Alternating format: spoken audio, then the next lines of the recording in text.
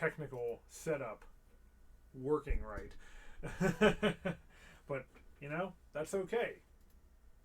Technical problems happen. Happen to the best of us and the worst of us. But hopefully I'm live. I'm going to know in a minute here when my producer lets me know. Hopefully I'm not just talking to myself, which, that's fine if I am. But since I'm trying to get the stream going, hopefully I'm doing that too. But we'll know before too long. And it looks like we're good. So, awesome. Thank you for joining me again, my friends. I'm bringing you another unboxing of a Kickstarter game. This time, it's Adventure Tactics Domianne's Tower by Letterman Games. This has been a busy week, busy month for the Kickstarter games that I backed over the last few years. And this is one that I've been really excited about because it's pretty different from a lot of the games I've gotten in the past, but it's also totally the type of game that I'm super into because this is one of those choose your own adventure inspired narrative RPG adventures where you're going to build a character and go through a series of quests with a branching storyline, building up your character class, meeting interesting people, fighting monsters, and doing all that good stuff. Hopefully with your friends or, solo. This is, I believe, a game that has a minimum character count of 3, but it seems like there's some rules maybe for playing solo or you just run 3 characters. Not totally sure because I haven't quite gotten all the rules, but I believe that's the case. But yeah, so I backed this game on Kickstarter. I've been really excited about it. From the reviews that I've read, it captures the tactical game genre pretty well. I really like the branching narrative stuff. I always enjoy games with that type of content. And I've got the core base game here, the hero pack, and the side quest guide, which I'm really excited about the side quests because it's got some stuff from some great designers like Nikki Valens inside the book here, and it lets you kind of get more of a flavor of this world that they're creating for Adventure Tactics. But that's all the technical stuff or all the background stuff. Why don't we get into actually unboxing Adventure Tactics Domianne's Tower? I'm going to set this stuff aside for now so we can focus on the important core box. Because without the core box, we don't really have much of a game. The art for Adventure Tactics definitely drew me in. It's kind of cool, classic, modern fantasy. Very much seems to me inspired by like JRPGs, stuff like that. And then this was designed by Nicholas Yu. Don't know Nicholas's other games, but I'm definitely interested in what he's up to since this one looks really cool to me. So on the box, we've got a classic pose of our heroes facing off against an incoming horde of monsters. And right off the bat, we can recognize some classic character archetypes. We've got our wizard with the flaming hand ready to toss some fireballs. Our rogue in a nice stealthy position. Priest or priestess, however you want to say it, in the center there. Warrior, archer, all the classics. That's great. Those are your starting characters. But one of the cool things about this game is that all of the characters have different branching classes. So we're kind of in like Final Fantasy job system territory, I think, to some extent, where you're going to be able to choose whether to advance in your starting class or to level up into different classes as you go. I haven't read all of the rules yet for the game, but that is definitely one of the things that I know is a choice in the game where you're going to be able to change up what your character does, what class they have, what abilities they have as you level up and advance through the game. But yeah, so like I said, I really like the art. It is evocative of some of my favorite JRPGs of the past, especially the Final Fantasy games. But this game also has a very tactical style. The map is, well, we'll talk about that when we get there. The adventure maps are kind of those long, kind of video game style tactical maps where you've got, your sides on either side of the map and you face off against your foes. But let's go ahead. This is actually a pretty weighty box. Take a look at the back here. We've got some pictures of the components, of course. There's that long map I was talking about. Character standees. It looks like we got a bunch of those. This over here is Domianne, the, I guess, probably evil character who we're facing off against as we're playing the game. I'm just going to get my phone here so that I can chat with anybody who's joining me in the chat. But yeah, so sharpen your swords, ready your spells, gather your allies, and then be ready to adventure into Adventure Tactics Domianne's Tower. 1 to 5 player count. Like I said, I'm pretty sure that you have to have a minimum of 3 characters, but you can run them solo. 45 to 60 minutes per encounter. And then I think you do about 10 encounters in a campaign, and then the campaign is very replayable. You're going to go on branching paths. You're going to make choices. You're going to see options that you might not take, and then next time you run through the game, maybe you'll get to take some different choices. Choose your own adventure, GM-less campaign. This is a fully cooperative game where everybody's working together. Of course it is. If it wasn't, I probably wouldn't be unboxing it and playing it, because I pretty much only play fully cooperative or solo games.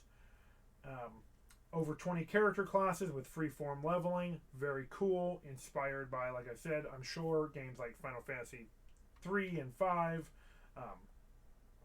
We've got minis. We've got standees for bad guys. We've got tons and tons of cards. Over 800 cards in the box. So, rather than talk about all that stuff, though, why don't we show it off?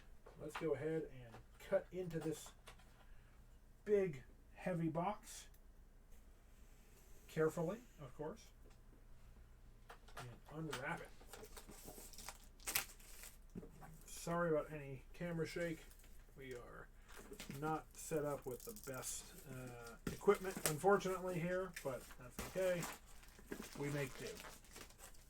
Maybe we'll end up with something more stable someday, but stability is not exactly the main theme of 2020, is it?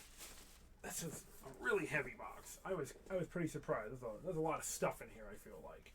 So you can tell as soon as you grab your copy of Adventure Tactics that this is a box packed full of good stuff.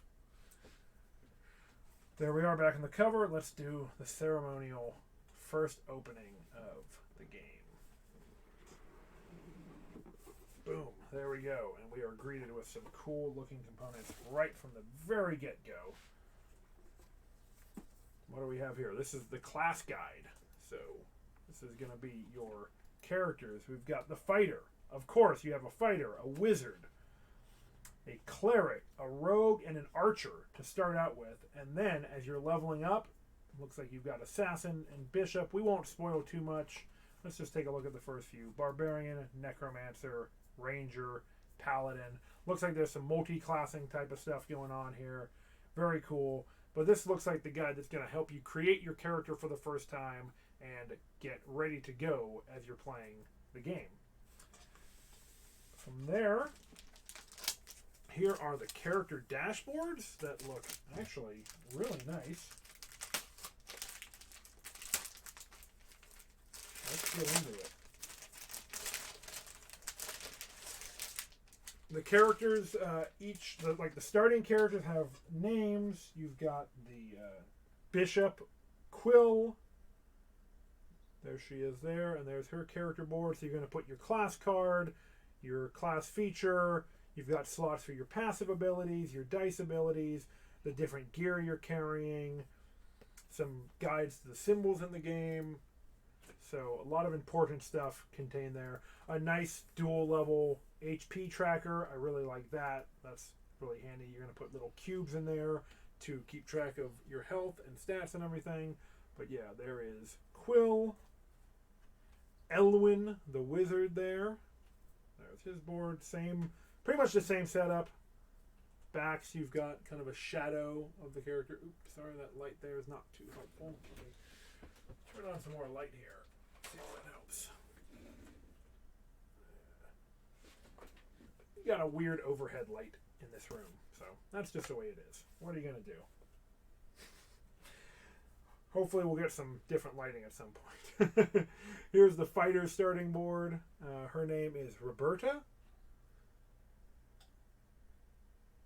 Pretty good odds that I might play the fighter in my first playthrough. Here's Tobin, the rogues board, and Olette, the archer. So, like I said, all of these are basically the same, except it shows the character that is intended to be played with. All the other stuff is all the same across the boards, so that's nice. But these are really high quality boards. They're nice and thick. A lot of good information on each one. Spaces for all your character stuff you're going to be getting as you're playing. I think that's pretty good stuff there. I like these boards. And you know, I always like a game that will play 5 players. During times when we can actually have people over and play games, we usually have between 4 and 6 players. So a game that sits 5 is really good for us. And it's nice to have something that is a campaign game that fits that many. A lot of times the cooperative campaign games usually cap around 4. Obviously there's some exceptions, but you know, the most popular ones like Gloomhaven and stuff like that tend to be up to 4. So having up to 5 is nice. As I always say, don't have much of a board game without a rule book. Very important. And this one looks like, 24 pages for a campaign game. Not too bad. Not a lot of complex stuff. Not a lot of overwrought rules. Sometimes I like a game with a ton of rules. I love Gloomhaven. You know, you got like a 100-page rule book or whatever it is. That's awesome. But sometimes I also like something that's a little bit more straightforward and streamlined. So that's what we've got here. 24 pages. Not too bad. Really nice art that we're seeing. A sorting guide. I'm really happy about that. I like it when a game shows you how to set up your box for the first time. So after I'm done with this video, I'm probably going to read through that sorting guide and actually learn how to put all of this stuff away once I have it all out on the table. Another thing I always like seeing in any rule book, a inventory. This really helps me because I am the type of person who always wants to go in and check every single component, make sure I've got everything, make sure I get everything sorted, bagged, put into plano boxes. Whatever I'm going to do, an inventory like this always helps. So, if you're designing games and you're putting together rule books and you want my advice, I suggest putting in an inventory of items that are included in the box.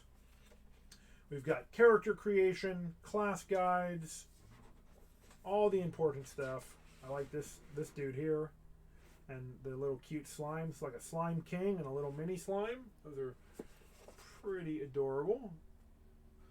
We'll probably end up fighting some of those, but who knows? Maybe the little baby slime will be our friend, like the child in The Mandalorian. Who knows? That'd be fun, but I don't know if that's going to be the case or not. We've got, looks like one of the characters as a bard here. Very cool with the harp. Classic pantaloons, so you know they're a bard. When you see a character in pantaloons in a fantasy game or fantasy setting, you can be pretty sure they're a bard, I would say. Or a noble, but, I mean, we prefer bards. There's the map. Some of the player setup stuff. Basic rules. We won't go too deep into the rule book here, but looks like this nicely laid out, nice big print, nice big rules, fun inclusion of art and everything in the guide here.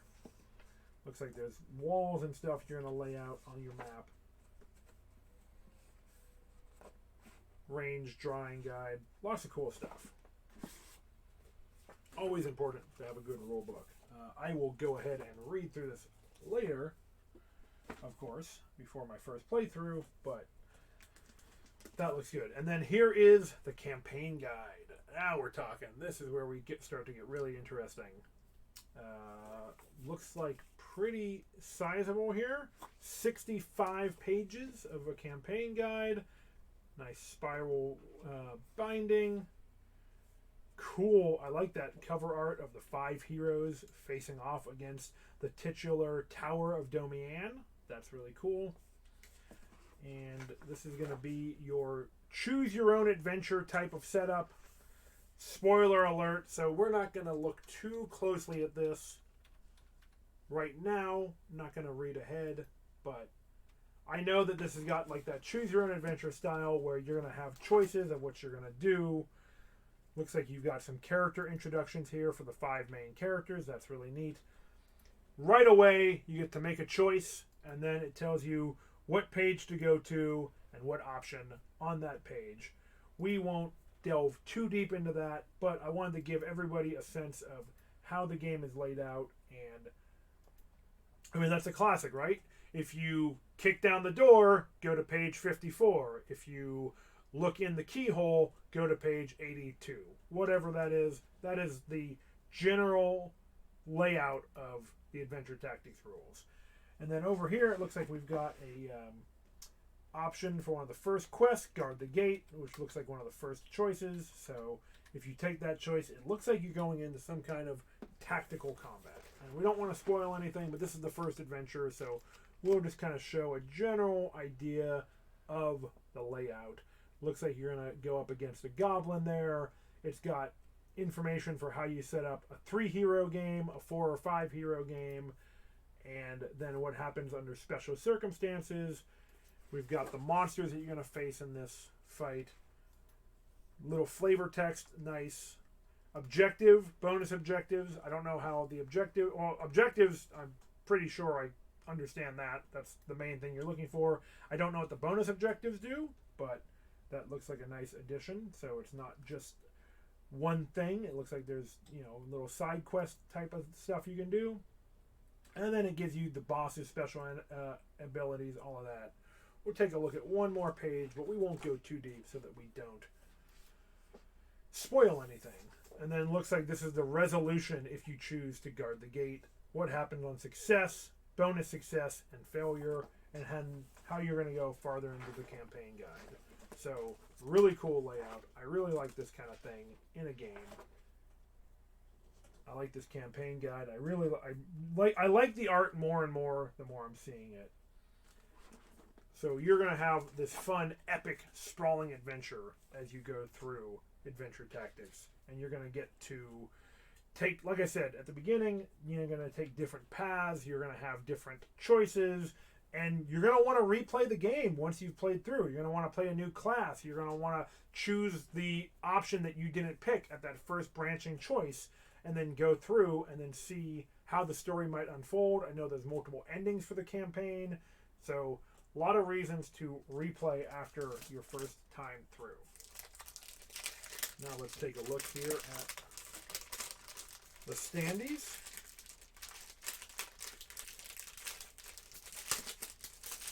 Open this up. Oh yeah, that box is packed full of great looking stuff. And I'm a fan of games with minis. I'm also a fan of games with standees. Obviously, you save a lot of money if your game's not just like hundreds and hundreds of minis. And I'm totally cool with these because these standees look really nice. Good thick cardstock. And there are, looks like some of the enemies that you're going to be fighting in Adventure Tactics. There's our friend the Slime King. Here's some goblins. Looks like some statues. Variety of goblins. Nicely labeled. That's another nice thing. A lot of times with minis, if you have the same mini for different, like you have a horde of goblins, it's hard to tell, is this the one with this much damage or that much damage? You got to track where they are. These are nicely described. They have a number for tracking them. GM1, GM2, GM3, GA. So Goblin Militia maybe, Goblin Archer. Looks like Rays. Probably Lich or some kind of wizard there. Looks like it's pretty good description on the card, on the standee, to show you who is which monster. So that's really nice. And these are some really cool guys. Like I said, the art really reminds me of a lot of my favorite JRPGs of the past and some of the tactics games I've played. So there's those. Ooh, what do we have here? It looks like we've got some fire traps, some walls, some tentacle-y things, different token trackers. These are the walls that you're going to build when you're building more complicated maps. Flames. Can't tell. Oh, it looks like there's maybe some prisoners here you're going to try to save. Shackled up. Some people with some shackles on their legs. Hopefully we'll get a chance to save them throughout the course of the campaign. Some different like familiars or little fire monsters. Couple of cool things. I don't know what this like mechanical contraption is, but that's pretty cool looking. Then a lot of tokens. These are probably like condition markers or something. Looks like maybe broken weapons, dazed, defensive tokens, maybe speed boosts. I'm not sure. I haven't like looked at all the symbology for this game, but I'm just guessing based on the shorthand I know. And here's our friend, the little child ooze that I really like. So it looks like we'll get a chance to meet a variety of them in the game. Okay, cool. Here we have some towers. We have some more guys to fight, and it looks like some of the hero meeples or standees. Some cool, like, looks like tower staircases or something. There's a cool looking wraith enemy. The heroes over here. Cute little imp. I like the cute art style. That's really appealing to me, and I think that it's going to be good for some of my players who really appreciate that type of fun art. You know, this looks like it could be a game that'd be fun to play with the family potentially. I don't know what the suggested ages are, but it's probably not like a super gritty, hard-boiled game based on the art at least. So that's kind of fun, you know. I don't really have anybody of the younger audience to play with myself, but you know, maybe I'll get a chance to play it with my nephew or niece someday, and that's really fun.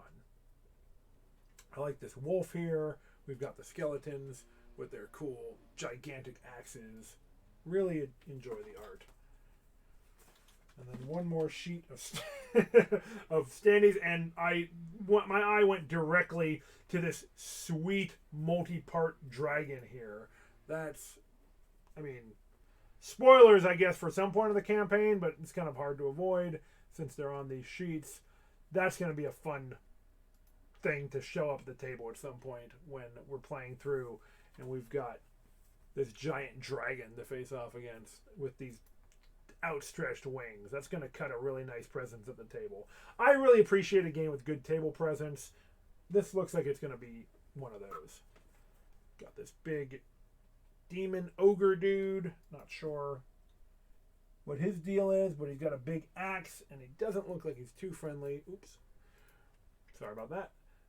Check him out. We've got, looks like Domianne's on here. Some of her legions. We've got a centaur warrior of some kind. Some tentacles. A variety of, looks like a lich or something here.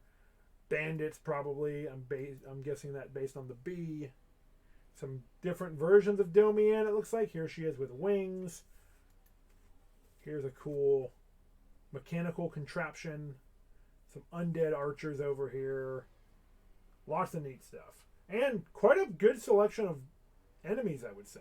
Looks like a pretty good amount of stuff that you're going to get in a relatively quick campaign. Like I said, I believe it's about 10 encounters for each campaign with the branching paths from off of that. But pretty good variety of different things you're going to face off against.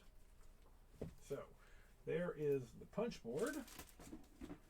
Let's take a look at some of, looks like the map here.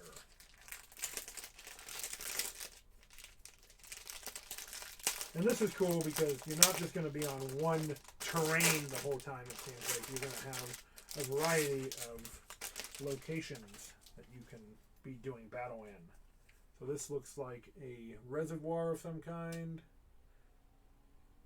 Watery cobblestone area. It looks like there's a few of these. There's a classic forest road with some debris. Looks like a snake coming out of the bushes there. A road down the side. Here's another. Just looks like, you know, a war zone, a place where maybe a battle took place, or maybe some ruins or something. You've got like a fallen statue. So it looks like, yeah, a little bit of variety in the maps. Here's a really rocky terrain, kind of a highland. This looks like a fun place to be, huh? Fireballs and looks like saw blades in the ground. Yike. I'm assuming that's not a safe place to hang out. There's another kind of rocky ruin. Another of these trap zones here. Some of these are, looks like you need maybe multiple to put together some of the larger maps or something. So yeah, a little bit of variety in the locations you're going to be fighting in, it seems like. That's really cool. So those are the map tiles for combat. And then, oh man, well, custom dice. Can't go wrong. Love custom dice. What do we got here? I don't know what the different dice are used for yet, but that's okay. I can still appreciate what we've got. So let's take a look at the red one. I see a lot of shields on this, so I'm guessing this is a defensive die of some kind. So 2 shields, 4 shields, 5 shields, 4, 3. I'm guessing you're going to roll these when you are defending yourself. Seems like a logical conclusion. Blue, we've got our swords. So probably your combat dice that you roll for hitting. And it looks like similar. 5, 3, 3, 4, 4. So I'm assuming that these two are kind of two sides of one coin. Fighting and defending. Don't know what the white are, but these are little bursts. And these look like really cool, nice, etched dice. And I know that custom dice are pricey to include in any tabletop game. But these seem really well made to me. And then black, we've got lightning bolts. Probably some kind of special meter. Or maybe magic spells or something like that. So yeah, very nice, easily distinguished dice. You're not going to be confused like, oh, I'm rolling a melee attack. Which, is it the one with the shields on it? No, it's the one with the swords. Whatever. That's, to me, that is good design. It's not just distinguished by the colors. The carvings on each die are different, so good for people who might have color blindness or whatever. You're not going to have any trouble. It'll be really easy to tell at a glance which die you need or dice you need for any situation. So very cool. Appreciate that. And I like the feel, and they're a good size. And like I said, the engraving is pretty nice on those. So that is a nice touch. All right, what are we going to do next? We've got some standy bases. We won't spend too much time on these. Just show off. These are, again, high quality components in this kit. I don't know how well you can tell, but these are nice, thick bases. They're not the flimsy ones that you sometimes get that are going to break. These are going to, I think, hold your standees really nicely. I always appreciate that. They don't look like they're ones that are going to fall over super easily. And speaking of bases that are not going to stand over, this is a new one for me. I'm assuming I know which monsters these go to, but whoa! Look at the size of this guy. Let's compare that to one of the basic bases. That's, there's your dragon. There's your ogre base. Big, meaty one. This is really not going to fall over the table. But I have not seen this size base yet in any games. That is, that's impressive. For bases. It's an impressive base. Very cool. All right. That's that stuff. Here are your HP tracking cubes. Nice basic board game component. I'm sure if you're a board gamer, you are already familiar with these types of cubes, but these are going to slot into those character panels for tracking your HP. Boom. And, you know, it's nice that they're clear so you can see through for the numbers, but also I love this because you've got the dual layer board, so they are not going to go. When I inevitably bump my table, my HP, I'm not going to send my HP flying. I'm not going to send Chelsea's HP flying. Everybody at the table is going to have their HP still where they meant, even when I'm clumsily knocking into the table, like I always find a way to do. So that's cool. I like that. So far, very, very pleased with this game. Like with the presentation and everything. I'm looking forward to getting a play in, and maybe I will do a session live. I keep promising that. Setting up board game playthroughs is a little bit challenging given my space limitations, but I'm still planning on doing it. Silica pack. Most important part of the game, right? Protect protect your stuff. All right, here are the character boxes. Another nice feature is this fun save feature for the game. So you're going to have your wizard Elwyn, and you're going to play 2 or 3 encounters in a sitting, and then you're done for the day. What are you going to do? Boom. You build this little box. You put your cards in there. You put your level up stuff in there. You fold the base, and then you've got a way to save your character for the next time when you're going to play tomorrow or next week or whenever you get another session of the game in. So that's really cool. You've got one for each character. Very easy to tell who's who, and then it's going to be easy to just save your character and your state and be ready for the next session whenever you get to do it. You know, Gloomhaven does a similar thing. It makes it so easy. You're not like putting everything back and then having to re-find, okay, which class do I have and which level ups did I take? It's all going to be right here and easily available. I wish more campaign games included something like that where you keep track of your character in a really easy way. All right, here are some initiative discs. Cool. These are. See if I can open this up here. Get my trusty X-Acto. And if you're in chat, let me know if you backed Adventure Tactics or if you're just interested in the game, what your thoughts are.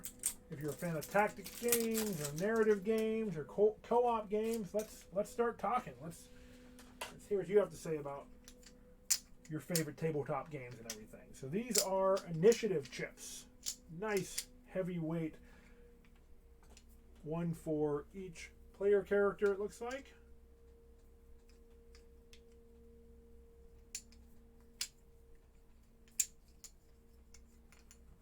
Then you've got enemy. Nope, that's not an enemy. That's the cleric.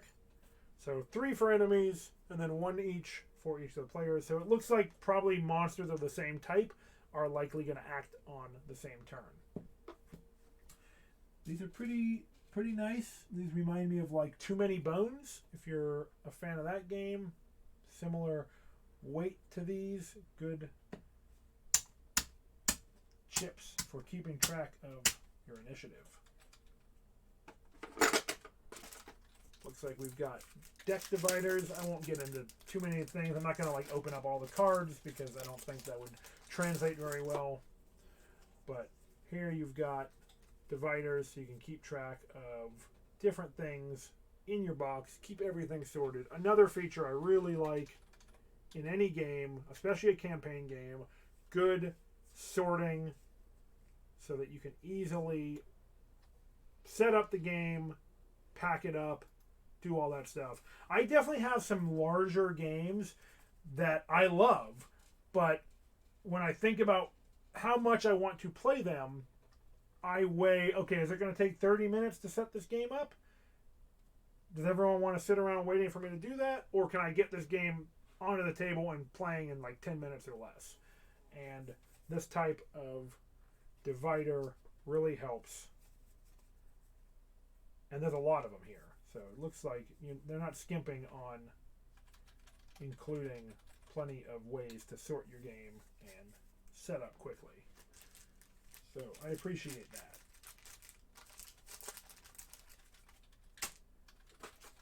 Here we've got little compass cards. Don't know what these do, but they look neat.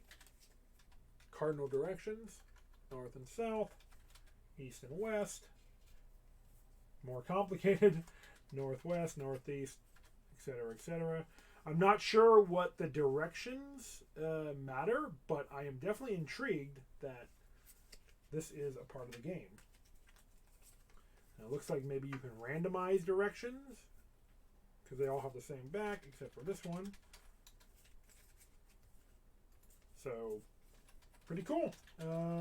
Interested to find out how directionality and geography might play a role in adventure tactics. Nice thing to include. Baggies for storing everything. That's just a nice touch. Alright, let's get into some of the fun bits here. Cards. I'm not going to open every single card, but I will open up a pack here just to show off. Let's see, that's a lot of text on there. Let's see if we can find something with some good art. Here we go.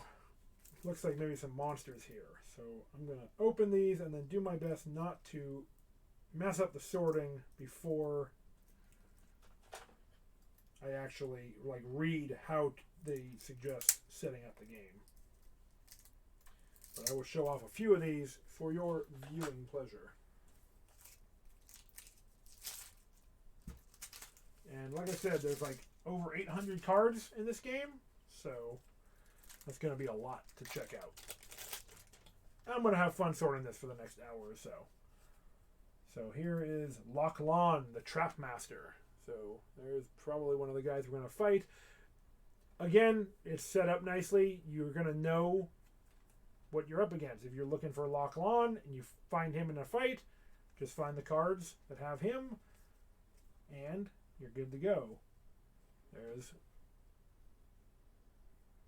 we go. Lady Vinleskia. Again, assuming these are enemies you're going to be fighting since they're not the heroes. And this guy looks friendly. Kothlock, Lord of Undeath. He's probably an ally, right? Probably somebody who's going to help us find our way. Maybe not so much. Probably a lich we're going to fight somewhere. And then each of these have a variety of text. Or probably pincushion looks like different attacks that they're going to pull off on you. Something like that. Hezmet, the Centaur Lord. He probably is not going to be too happy to see us. And there's Domianne, Ascendant. So there's the Domianne with wings. But let's not spoil anything. We know that we're going up against Domianne. That is right there in the title. If we didn't end the campaign by fighting Domianne, we would be disappointed, right? Because that's in the title. But I don't want to give away too much. Here is a class card for the War Mage. That looks like a very cool character choice for Elwyn the Wizard to eventually take. Warlock. So yeah, here's the different classes that you can upgrade into. I don't know what all the symbols mean just yet. Looks like maybe a red die for defense, a hit range of 1 to 4, speed of 4, some kind of ability. I don't know all the UI yet, but it looks like it's pretty straightforward. There's your Warlock. Very cool. I love the hat. If I could get a hat like that, I would be all over it. I think I could rock that hat. Here's the Skirmisher. So yeah, lots and lots of class choices. And then some of them have the red die for attack. It looks like some of them have, or the blue die for attack, the red die for defense. The Dark Knight has got the white and the red die. And I was gonna do like a Batman gravelly voice joke when I said Dark Knight, but I don't know. I couldn't think of one. There's the champion, the bishop. So yeah, lots of cool classes that you can upgrade your character into. These are the gold ones. So these are the advanced classes. The Beast Trainer sounds like one that I will probably be interested in trying out. The Bard. Hey, I called it. Pantaloons. What can I say? I know my tropes. So those are the advanced classes. Here are the basic classes. We've already seen these characters, so we won't spend too much time on them. But yeah, these are nice cards. Look like linen to me. Good thickness. Bendy but not brittle. I appreciate that. Here's that graphic from the cover of the campaign guide. And these are, it looks like random encounters, so that's cool. I mean, one sec. What's a fantasy adventure without random encounters, right? So here they are. Eccentric Hermit. Sounds like a good random encounter. Rigby's Raiders. We won't look too much at these guys, but needless to say, this game has got some cool options that are going to be really immersive and are going to be, I'm assuming they're going to be a lot of fun once you get into the game. Blobageddon. Here we go. I was right. He is the Blob King. So there's that dude. Griffin Lord Ventus. Yeah, this is cool looking. I'm enjoying the world already. Really looking forward to exploring through it. So there's the cards. Looks like we got some mini cards here. I think these are different abilities you can have. Passive abilities there. We'll take a look at a few of these. I don't know the rules for the game, as I've said, but, you know, I have played enough fantasy adventure games that I can probably make some guesses what some of this stuff does, just based on context clues. So here is a passive ability. This is Reach, +1 basic attack range. You know what? Oh, there we go. I know what that means. That means that if you're on a map and you're doing a melee attack or basic attack, whatever that is, you can target a square that isn't adjacent to you.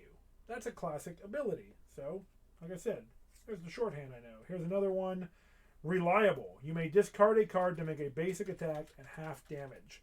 So it looks like a bonus attack action you can take at the cost of a card.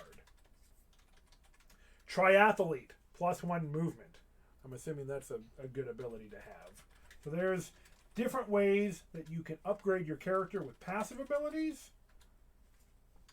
And then dice abilities. Dark Touch. Once per turn, you may re-roll a black die that rolled a 1.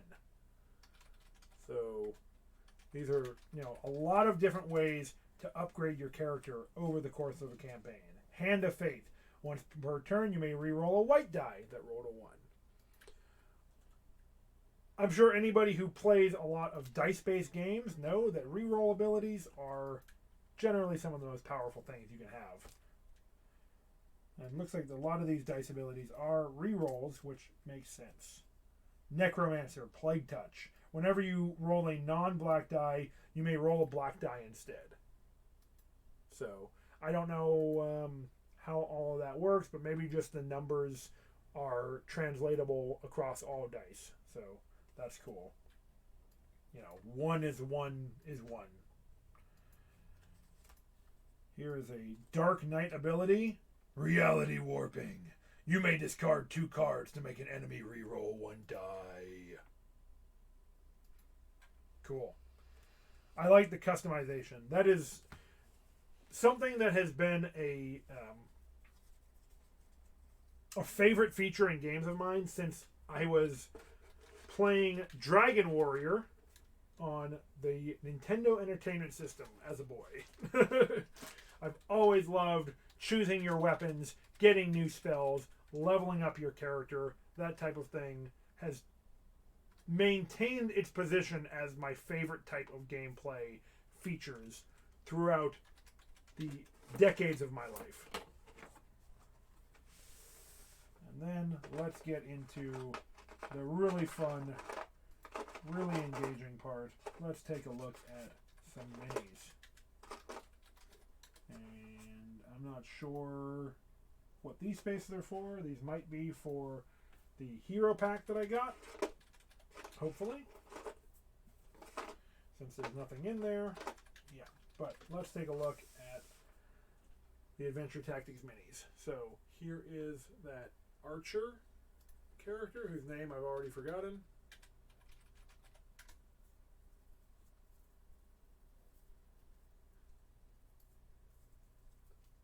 Sorry if the light's a little weird. They're not coming through too well, unfortunately. The minis are pretty nice. They're not super high detail, but it kind of fits the cartoony aesthetic of the game. They look pretty good in person. My lighting setup is not great for showing them off. Still getting some of the kinks worked out on showing off minis, but let's see. There you go. There's the warrior.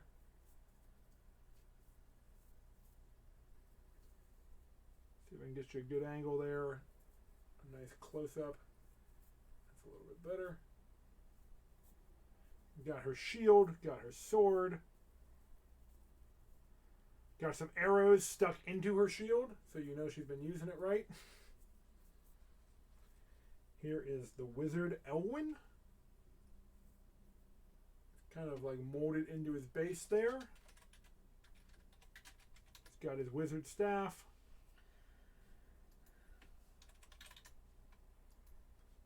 His long wizard's beard, so you know he's a wizard and not like a sorcerer or anything.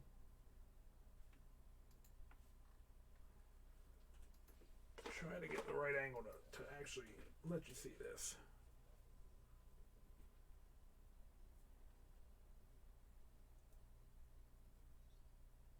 There is the cleric. They're not super detailed minis, but I think it works for, especially like with the standees and the cartoony look. I think they kind of fit like the intended design of the game.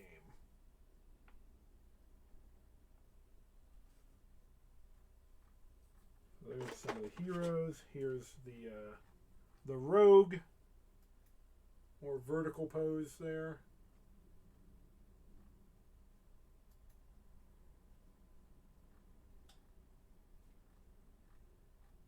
He's got some fun boots.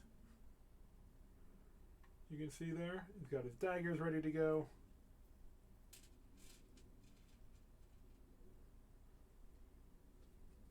So there's your 5 heroes.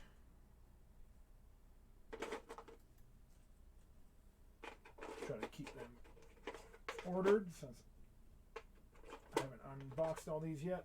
Here is a really cool wolf mini. Now this one I like a lot. That looks like a good boy to me.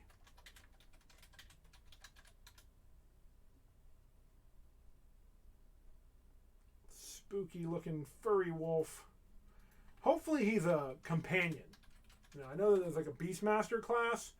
Hopefully this is somebody that you can have, this is maybe a monster that you can have on your team rather than one that you're supposed to fight up against. But that looks really cool. Big floofy tail.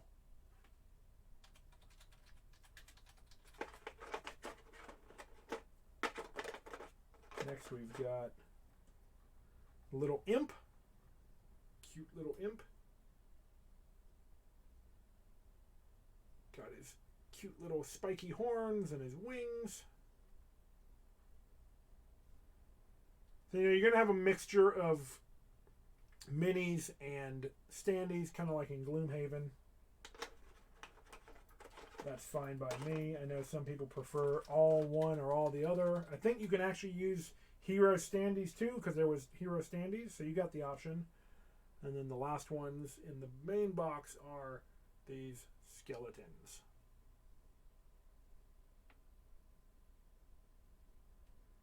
Got that big axe, just like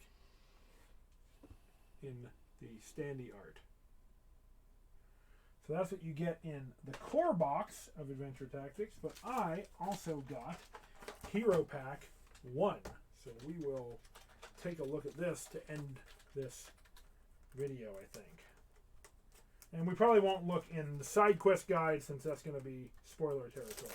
But those were the three main things I got included in my box from my Kickstarter backing.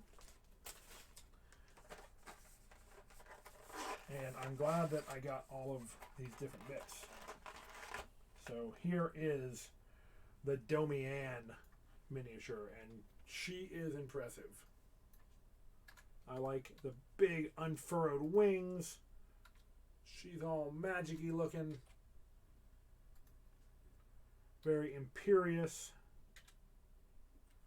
Pretty good fine detail. I don't think it's coming through super well on my camera because of my lighting and everything. I do apologize for that. I did not know this was going to be a problem. But here we are. What are you going to do about it? But yeah, this is cool. This is a nice touch. I'm very happy that I got the hero pack. This is actually an expansion I will probably use since we've got the main villain mini, and it looks like maybe some different classes I'm seeing. So this was a good investment, I think. And I think the hero pack was pretty affordable. I think it was less than $20 from what I remember. And that's a sweet mini there. And she goes right into the core box. So that's a nice touch too. And then we've got this wacky contraption that I was talking about from the standees. I don't know what it is, but it's some kind of robot dude there with like a piston head and funky little legs. So that'll probably come up at some point. That's going to come up at some point in the campaign. So that's what you get in the hero pack, as well as new character cards, new classes. It says it comes with Queen Domianne's miniature, the Turret Summon miniature. So that's what that thing was. Character class cards for the Engineer, Magic Blade, and Time Mage. Class feature cards, level up cards, action cards. Cool. So you simply combine all this stuff with your base game, and you are good to go with the hero pack. So seamless integration, not adding a bunch of rules or anything, just adding some new stuff. And there you have it. That is my unboxing of Adventure Tactics, Domianne's Tower. I'm really excited to play the game. I know I have a backlog of games I've promised to do a playthrough of. It's been hard to get that set up. I've been doing mostly streaming of Bloodborne recently and some other stuff. But I do plan on making that one of my top priorities in the near future here. But either way, thank you so much for checking this out. I hope that if you're interested in the game, you might decide to check it out yourself, because I think it seems really cool, and if it seems like the type of game that you'd be interested in, like I said, this is from Letterman Games, so go ahead and check out their website, see if it's available. My Kickstarter copy just arrived, so this is pretty much brand new.